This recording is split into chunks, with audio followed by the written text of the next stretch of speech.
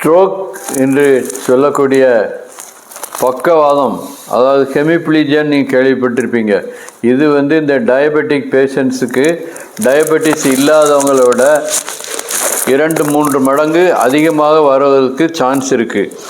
ஏன் இந்த ஸ்ட்ரோக் வருது டயபெட்டிக் பேஷண்ட்டுக்கு?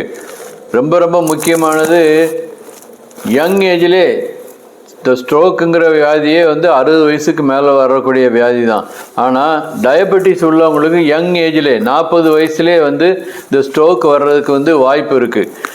60 வயசுக்கு மேலே ரொம்ப சாதாரணமாக வர்றவங்களோட காமனாக ஸ்ட்ரோக் வர்றது டயபெட்டிஸ் பேஷண்ட்டுக்கு ரொம்ப காமன்.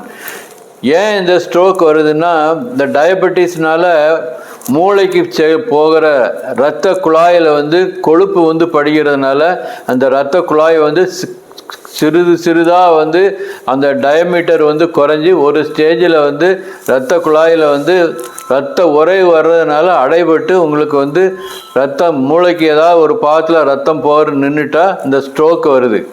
இந்த ஸ்ட்ரோக் வர்றதுக்கு இன்னும் 2-3 முக்கியமான காரணம் இருக்குது. சுகர் பேஷண்ட்ஸுக்கு இந்த ஹைப்பர் டென்ஷன் என்று சொல்லக்கூடிய இரத்த கொதிப்பு இருந்தால் ஸ்ட்ரோக் வரக்கூடியக்கான சான்சஸ் அதிகம். சுகர் மட்டும் இருக்கிறவங்களோட ப்ரெஷரும் சேர்ந்து ஹைப்பர் டென்ஷனும் சேர்ந்து இருந்தால் ஸ்ட்ரோக் வரக்கூடிய விகிதாச்சாரம் அதிகம். அடுத்தாப்பில் சுகர் இரத்த கொதிப்பு மட்டும் இல்லை, சில பேருக்கு கிட்னி டிசீஸ் சிறுநீரக பாதிப்பு இருந்ததுன்னா இன்னும் ஸ்ட்ரோக் வர்றதுக்கு சான்ஸ் அதிகம். இன்னொரு உண்மை என்னென்னா, இந்த சுகர் உள்ளவங்களுக்கு த்ராம்போசிஸ் என்று சொல்லக்கூடிய இதனால தான் ஸ்ட்ரோக் அதிகம். அவங்களுக்கு இந்த இரத்த கசிவு ஹெமரேஜ் என்பது இந்த த்ராம்போசிஸை விட ரொம்ப கம்மி தான். ஸ்ட்ரோக் அவங்களுக்கு மெயினாக வரக்கூடியது த்ராம்போசிஸ்னால தான் வரும். இது மட்டும் இல்லாமல் சுகர் உள்ளவங்களுக்கு மற்றபடியான பிரெயின் டியூமர், மற்றபடி வீனஸ் த்ராம்போசிஸ் இதெல்லாம் வர்றது ரொம்ப காமன்.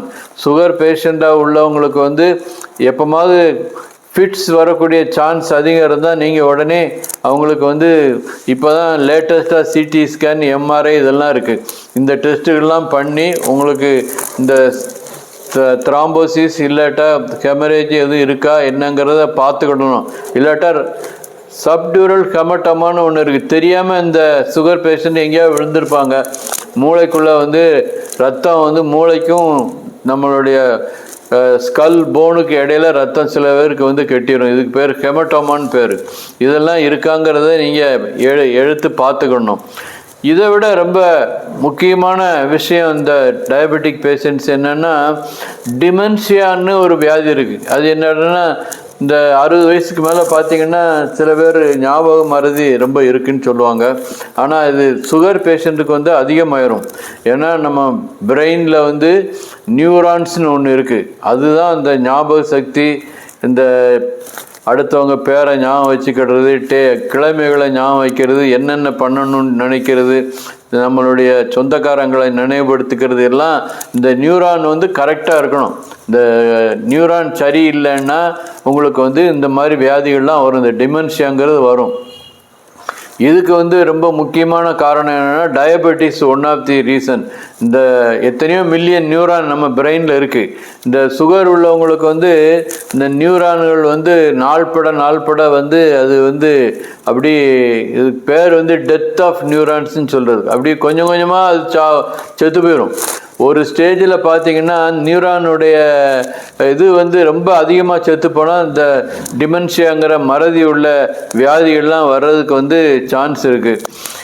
என்ன இதனால் இந்த ஸ்ட்ரோக்னால என்ன வரும் அப்படின்னா, உங்களுக்கு ஒரு பக்கவாதம் சொல்லக்கூடிய ஒரு கால் ஒரு கை வராமல் போயிடும். இதுக்கு பேர் ஹெமிப்ளீஜியான்னு பேர். சில பேருக்கு ஸ்பீச்சும் அஃபெக்ட் ஆகிரும் சேர்ந்து.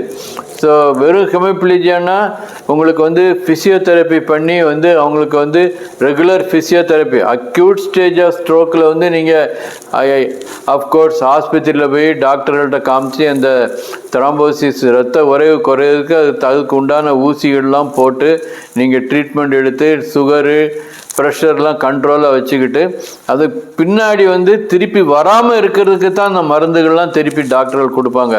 ஆனால் ஏற்கனவே வந்த ஸ்ட்ரோக்குக்கு நீங்கள் நல்லா ஆகணும்னா அதுக்கு ஒரே ஒரு ட்ரீட்மெண்ட் ஃபிசியோதெரப்பி தான். ஃபிசியோதெரப்பி பண்ணிக்கிட்டே இருக்கணும். என்னைக்கு நீங்கள் வந்து பழைய நிலைமைக்கு வர முடியாட்டாலும் கிட்டத்தட்ட 80% வந்து உங்களுடைய வேலைகள்லாம் நீங்கள் பார்க்குற மாதிரி வச்சுக்கிட்டிங்கன்னா அந்த ஃபிசியோதெரப்பி வந்து உங்களுக்கு நிச்சயமாக ரொம்ப உதவி பண்ணும். இந்த பேஷண்ட்ஸ் வந்து ரொம்ப முக்கியமாக கவனிக்க வேண்டியது ஸ்மோக் பண்ணக்கூடாது. சுகர் உள்ளவங்க ஸ்மோக் பண்ணிங்கன்னா 3 வியாதி கண்டிப்பாக உங்களுக்கு வரும். ஒன்று வந்து ஸ்ட்ரோக்கு, இன்னொன்று ஹார்ட் அட்டாக்கு, இன்னொன்று வந்து காலுக்குள்ளே ரத்த குழாய் அடைபடுறதுனால காலுக்கு வந்து உங்களுக்கு கேங்க்ரீன் வரும். அதனால் இந்த ஆல்கஹால், ஸ்மோக்கிங் இது ரெண்டையும் கண்டிப்பாக அவாய்ட் பண்ணுனா உங்களுக்கு இந்த ஸ்ட்ரோக்கு, இந்த ஹெமரேஜி, அடுத்தாப்பில் வந்து இந்த கேங்க்ரீன் இதுகள்லாம் வர்றதுக்கு சான்ஸ் ரொம்ப கம்மி.